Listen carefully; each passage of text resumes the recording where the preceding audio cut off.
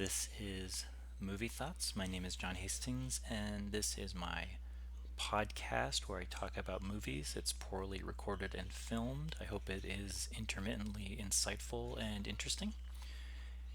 We have a this YouTube channel for the videos. We have a fan page on Facebook, Movie Thoughts Podcast, and I have my reviews that I post on my account on Letterboxd under the username Forager23. This is the 24th episode. So this is a sequel of sorts to my episode about the American New Wave, where I talked about New Hollywood and the difference between the kind of consensus vision of New Hollywood and my conception of an American New Wave, which is an alternative way to think about some of the important American films from that era. And this is a sequel. As I said in that episode, I have a lot of experience watching movies. In the past, I studied movies in a formal setting, and 20 years ago was more up on film history and film theory. I haven't really kept up with any of that, and I haven't done any extra special research for these episodes. So,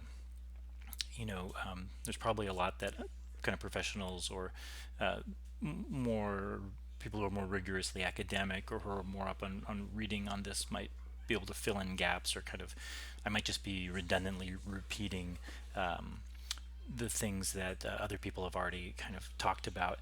And along those lines, I should say that I don't tend to think of anything I'm saying here as being unique to me. It's pieced together from other sources, or it's my integration of ideas from different places. The big ones in these historical episodes, both the New Hollywood episode and then this one, a big one was a couple of courses I took back in college and grad school. One, my college course with Steve Weinberg, and I'll talk more about Steve's work in a little bit too, but in American film.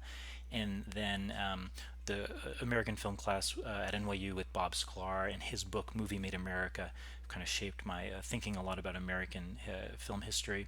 For this episode on the 80s, I would also add some blog posts by Zach Campbell back probably about 10 years ago, of him kind of reassessing some films from the late 70s and early 80s, kind of started me along the thoughts that I've fleshed out here more fully. And then David Bordwell has also written some things that were influential on me in terms of rethinking about the films from some of the movies from this era that don't always get the most critical respect, or at least from highbrow egghead critics. So I'll want to kind of go back a little bit and talk just briefly about what I talked about in the New Hollywood American New Wave episode. So there, I kind of said, there's this consensus vision of New Hollywood as being this really one of the golden ages, maybe the last golden age in American movies, and New Hollywood is that period in the late '60s, early '70s. Um, Films central to that are films like The Godfather and the films of Robert Altman. And I made the case in that episode, or tried to make the case in that episode, that those are great movies. I think they are beloved for a good reason, and yet they don't make for a satisfying new wave compared to other new waves, in that they're really a continuation of the mainstream. There's changes, but a lot of those changes are more superficial or fashionable. It's a continuation of the mainstream compared to new waves in France or Japan. But if we shift our attention a little bit, or shift our focus a little bit, we can see that there is an American New Wave, and it overlaps a little bit with New Hollywood, but it's not the same thing. So filmmakers who are not New Hollywood filmmakers, but are to me central to the American New Wave, would be Robert Downey Sr. or Robert Kramer, and then movies central to the New Wave by people who are associated with New Hollywood be looking at movies like Who's That Knocking at My Door and Hi Mom, rather than Taxi Driver and Carrie. So it was kind of different, kind of a different focus or a different emphasis in my conception of the American New Wave. So this is a sequel, and I want to talk about kind of what comes next, and I want to talk about the '80s and how the '80s is used.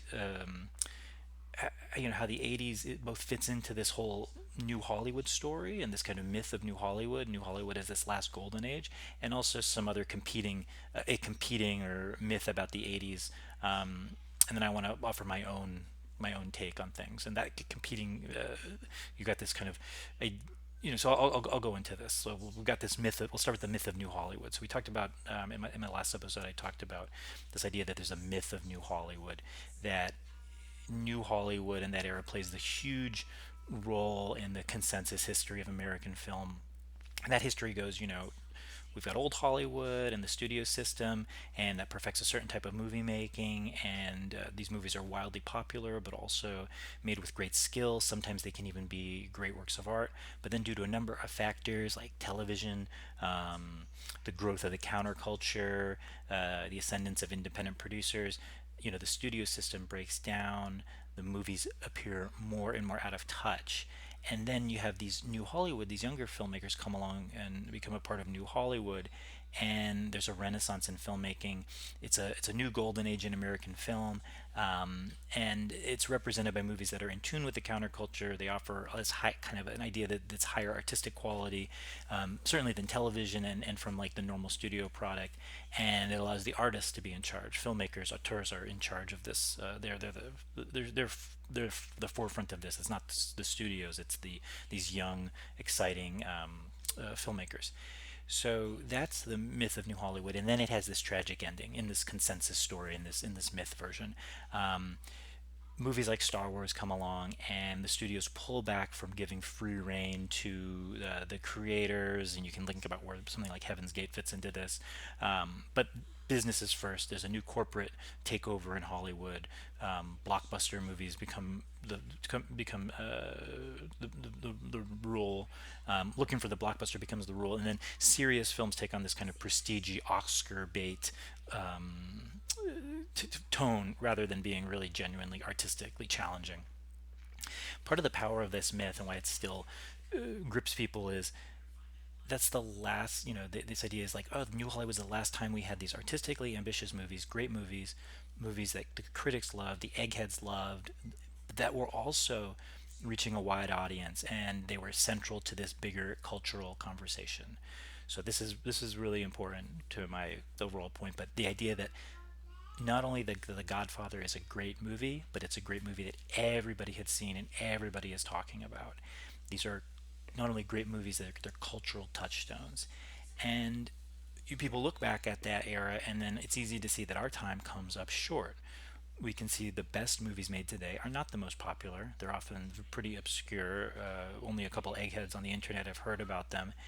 The only movies that are culturally relevant or that you can count on a lot of people to see are mediocre dreck like the Marvel movies, which have, we can talk about the reasons why that they are there's a lot of reasons why the Marvel movies become ones that everyone has seen and everyone wants to talk about, but they aren't great movies. And certainly if you put Black Panther next to The Godfather, it's pretty apparent, how you can see this as a tragic fall. So you can kind of see how this myth kind of is based in some sense of reality, and the feelings around it are sort of genuine or understandable. So I want to look though a little bit more closely though at this idea that the '80s really represents this tragic ending to the to New Hollywood and this era of filmmaking, and um, you know in this mythic story, this narrative where the '80s are a betrayal of New Hollywood, and this is I think this is part of the consensus vision of American film history. Like this is a pretty widely held view. Um, it's I will point out, I'll talk about this more later, but it is an American centric view. So we're really talking about New Hollywood and then Hollywood in the '80s.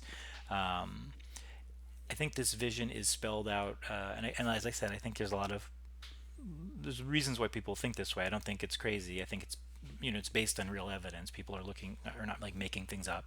And I think one of the best kind of takes on it, or the take that I find compelling, although I'm gonna kind of pick it apart a little bit, but I find compelling is in the introduction to my friend and professor's former professor Steve Weinberg's book, No Surprises, Please, which I think has a great title. It's a collection of his um, reviews and pieces of film criticism from the 1980s, and I actually like that. I want to take the name, the title of the book to talk, No Surprises Please kind of fits in for this kind of myth of the 80s, this one of these competing myths of the 80s. And the idea that Steve brings up in the introduction is that in the new Hollywood, we had this era of filmmakers within Hollywood really trying to do new things and give the audience things that they didn't know they wanted. They were pushing boundaries. They were making new tones, new themes, new ideas were put into play in these movies. Whereas the movies of the 80s, in Hollywood at least, Steve would argue that it was an era of no surprises, please. People didn't want surprises, they wanted comfort. And he uses, I think, Top Gun as an example of kind of the preeminent, like, no surprises, please 1980s hit. It's kind of jingoistic, it's politically naive, it's not complicated, it simplifies things. And I think, and I think, like I said, I'm going to pick it apart. I think that vision leaves a lot of things out. But if you were living through that era, if you were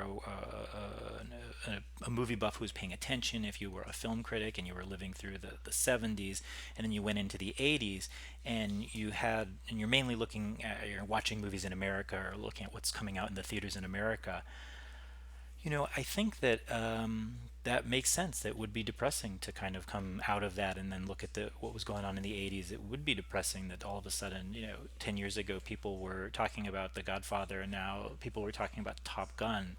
Similarly with I brought up with Black Panther before. It's genuinely depressing. On the other hand, I think that perspective actually biases people's view of the 80s, because they can't then step back and kind of relook at the 80s without some of those that history in mind, or without that story in mind. And I'd add too that you know to get back to that idea that there's this value in a value that's really lying behind the no surprises please story, which does have to do with this idea that what's important about New Hollywood is that those movies were culturally relevant, that those were water cooler movies, that the great movies were water cooler movies. The Oscar winning movies were great movies. And, you know, the movies were kind of culturally relevant, they were exciting, and they were really good. And they weren't relevant just because they made money, or made the right political points, but audiences, because audiences were responding to them. But the fact that they were relevant and central to the cultural conversation is an important point, or rather, the no surprises please myth kind of, or story values that relevance, that central relevance. There's a competing way of looking at the 1980s that is doesn't it seems a bit opposite from the no surprises please. The no surprises please sees the 80s as this tragic betrayal of New Hollywood. The other kind of story I'm going to talk about is what I call the childhood version of the 80s, which is this nostalgic look back at the 80s. In this version of the thing, the 80s are great because of all the great movies that I loved when I was a kid. It's, like I say, it's driven by nostalgia, and in some ways, so is the No Surprises Please. Narrative is also driven by nostalgia, but nostalgia for New Hollywood. But the nostalgia in the My Childhood is explicitly kind of juvenile. It's really about a very sort of uncritical love for movies like that you grew up with, and at its best, it kind of tries to canonize movies that are generally like really good popular entertainments, like Back to the Future and Ghostbusters, or The Breakfast Club. Movies that have virtues, I think, although I don't think really first-rate movies, or the best movies of the era. And at its worst, though, it tries to push stuff like Goonies on us, which is not a good movie. It's a symptomatically interesting movie, but it's not a good movie.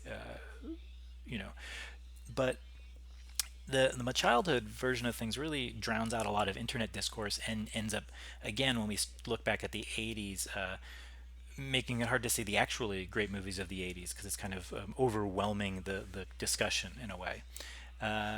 I don't think the childhood narrative is defensible in terms of if what we're talking about is great movies or great filmmaking, the artistic worth of movies.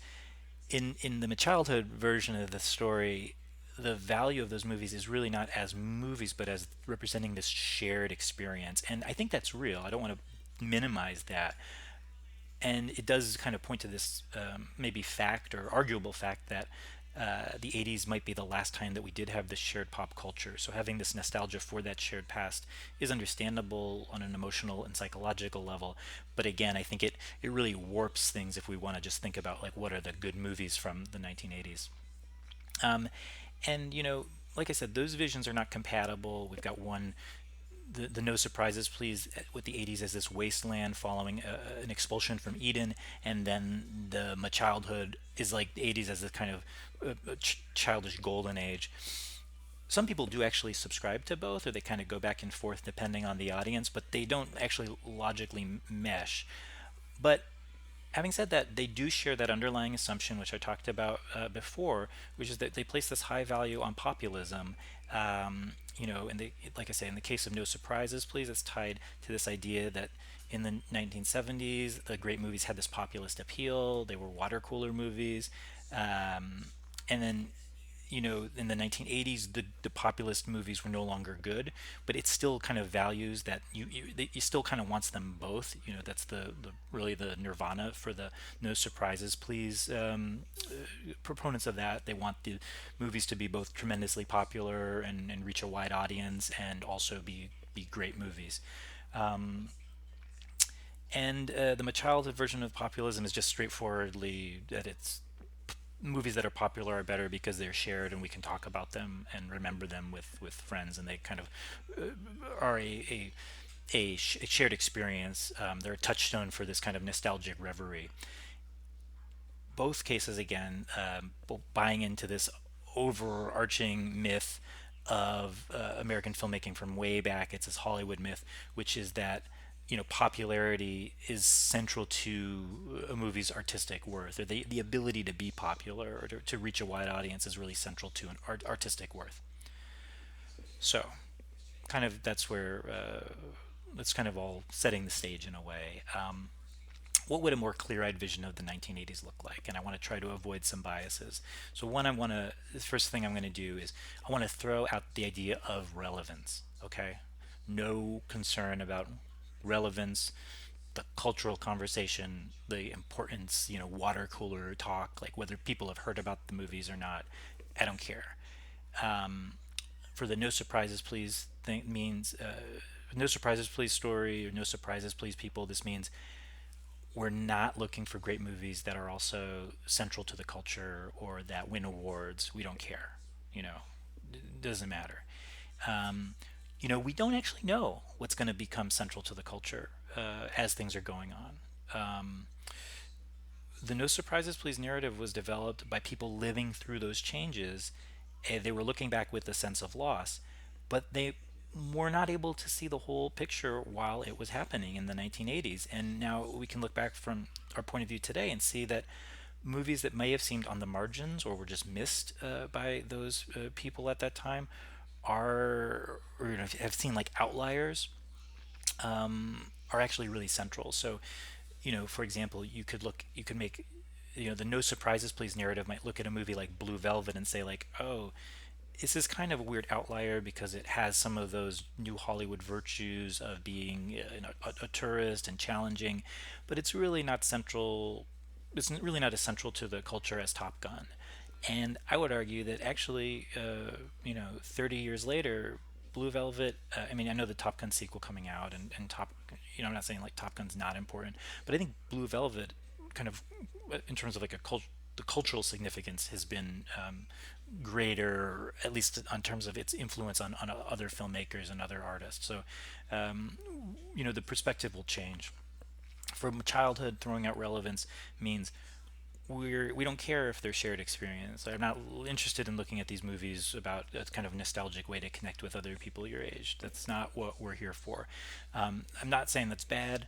It's just not going to increase our understanding or appreciation of filmmaking or these movies as works of art. So I don't care.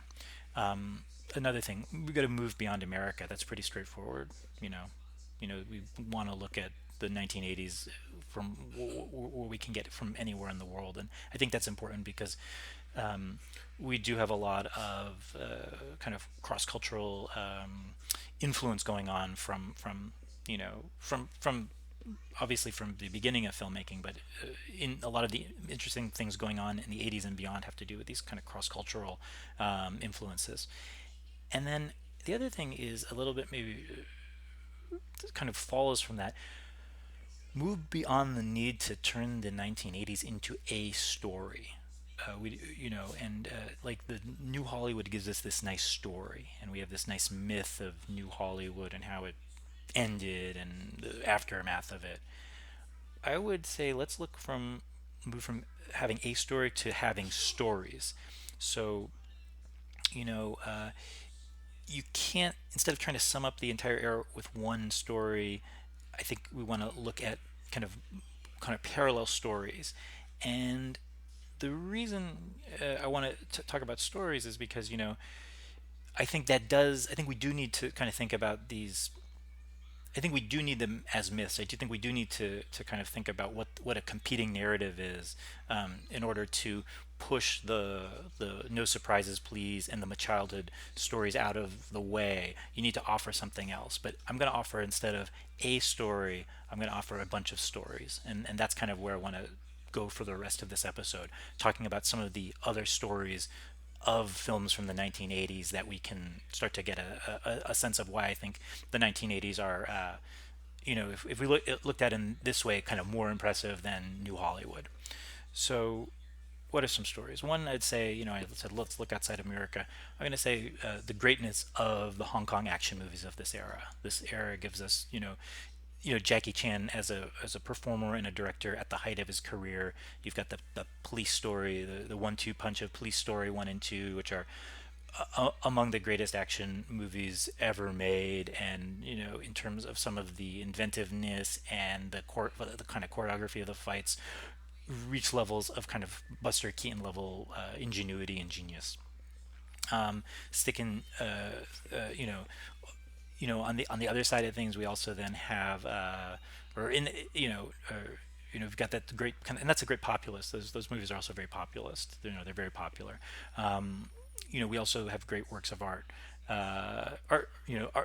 We're still having new waves too. So we've got the Taiwanese new wave, for example, Edward Yang's early masterpieces like The Terrorizers and Taipei Story come out in the 80s. The early movies of Hu Xiaoshan, you know, those are both two world-class filmmakers making some of their strongest movies right off the bat in the 80s. It gives us in the 80s we get another story I'd say is the birth of the American independent cinema, and that would kind of flower or kind of become a bigger story in the 90s. But we have some early independent movies, and a lot of these independent movies are maybe less accomplished. They are not necessarily as technically accomplished, but I think what's great about them is they often have just an interesting point of view, or to kind of take on material that you wouldn't normally see. An example of kind of movies that fit into that specific category, like Eddie and the Cruisers and Hollywood Shuffle. Eddie and the Cruisers is, if I was trying to be completely objective, I'd point out like, oh, it's got a bunch of badly staged scenes, it's kind of clumsily edited, the screenplay is kind of a mess, but its other virtues, it has this great sense of place, it has a nuanced tone, it has this very rich worldview. It's so strong that, it makes you want to redefine, at least for me, it makes me want to redefine what I think of as great filmmaking. And it's one of those cases that's great maybe without ever being good. And like I say, I think that's true of a number of movies from this era, these early independent movies. Hollywood Shuffle, similarly, it has a lot of rough spots, kind of technically speaking, but I think it more than makes up for it by giving a really personal expression of Robert Townsend's experience, and bringing that to movies I think is a valuable thing in its own right. And then there's indie movies from this era that are amazingly accomplished artistically, technically, however you want to say it, as well as providing that interesting content and material. So my favorite Charles Burnett film, My Brother's Wedding, you know, come comes to mind here, and then something like the Coen Brothers' Blood Simple. So, the that's another story, the kind of birth of the beginnings of this American independent cinema that would really flower in the 90s. Sort of related to that, the independent, that type of independent movies, the 1980s gives us a series of inventive horror movies with genuine auteurist visions. And in a way, this is like the horror movie version of New Hollywood. We have Cronenberg's Videodrome and Scanners. We have a bunch of things from John Carpenter, but the Thing comes to mind as maybe his masterpiece. We have Evil Dead from Sam Raimi, which I think remains completely underrated despite being a cult classic and having spawned like sequels and a remake and everything. I think that original movie is uh, really still underrated and kind of an amazing picture. Dario Argento had a really strong run in the 80s. Maybe some of his greatest movies, from Inferno to Opera, those are all terrific. And then on working on like a higher budget level or more in the middle of the studio system, you've got Joe Dante's movies, which are inspired by 1950s sci-fi and creature features. So there's that story, the kind of horror, new horror, or the horror, resurgence of horror or tourist horror. I don't know how you want to put it, but that's another story. Um, we have the new Hollywood long tail, so movies that actually kind of fit that story of like what was going on in New Hollywood. They're basically just they're new Hollywood movies, except that they weren't central to the culture. So they're new Hollywood movies in every way that matters, in terms of their artistry, in terms of their filmmaking, in terms of their vision. They just weren't water cooler movies, or were rarely water cooler movies. So most of Jonathan Demme's movies would fit into that category. Stop Making Sense actually was kind of a culturally important movie, or a water cooler movie, but movies like Melvin and Howard were not are not central to the discussion as something like The Godfather or Nashville, but Melvin and Howard is pretty great, I have to say. Not to mention, you know, Steve Eiberg in his book No Surprises Please talks about how the something summing up this era is that Demi's version of Swing Shift, his director's cut of Swing Shift, was never released, and the studio cut is a much weaker movie, that took out the surprises. And but you can find the director's cut as Swing Shift, and if you think like, oh, this is a if you count that, again, Swing Shift arguably as good as any movie made by an American filmmaker in the 1970s. So you've got that too.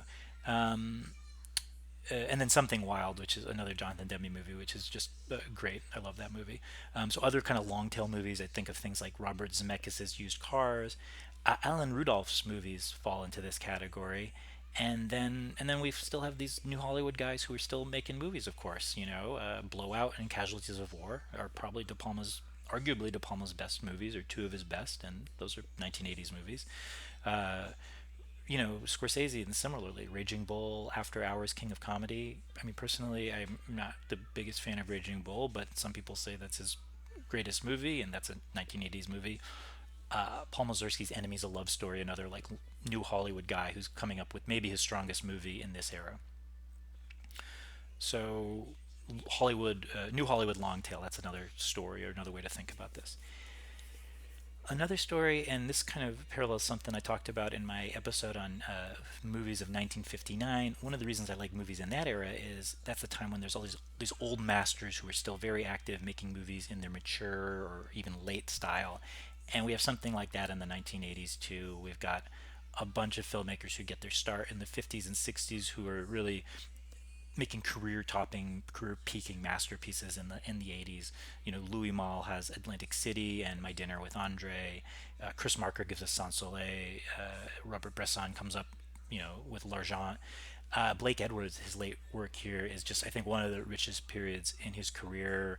SOB, Victor Victoria, The Man Who Loved Women, That's Life, Blind Date, Skin Deep. It's hard to, one of just such amazing amazing number of great movies in this part of his career as it was winding down.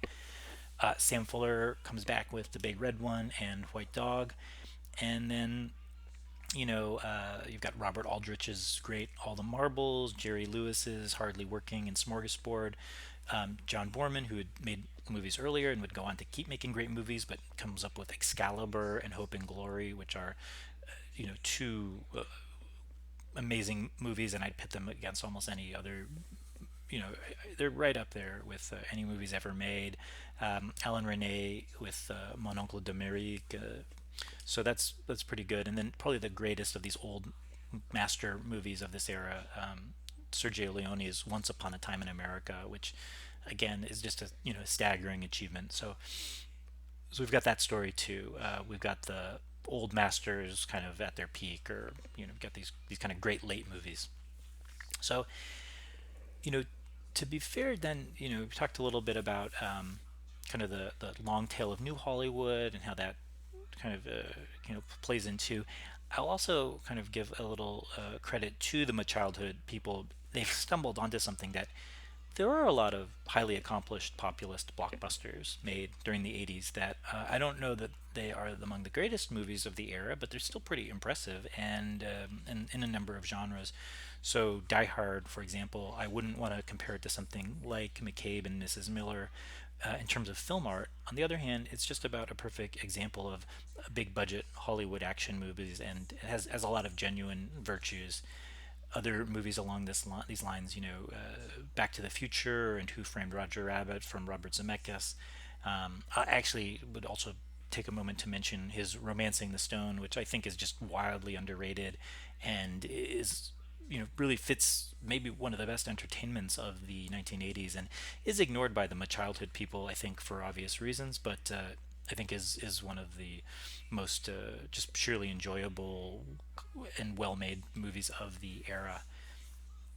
And then another place where my kind of another story that sort of overlaps with the childhood people is another story I would tell about the greatness of the 80s are these Hollywood anarchic comedies, kind of a throwback to the anarchic comedies of the 1930s, and they're coming out of the National Lampoon Saturday Night Live axis that came into its own in terms of feature filmmaking in this era. And these aren't all great movies, but there's great movies among them, and they have a lot of unique virtues of their own. So things like Caddyshack and Ghostbusters, those are the most popular. But I'd also look at movies like Best of Times and The Survivors, which are two Robin Williams pictures that really should be reevaluated. They have a negative reputation.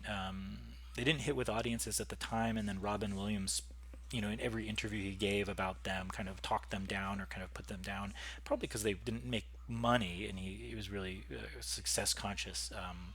But I actually think they're both really great movies and fit in this kind of school, these anarchic comedies.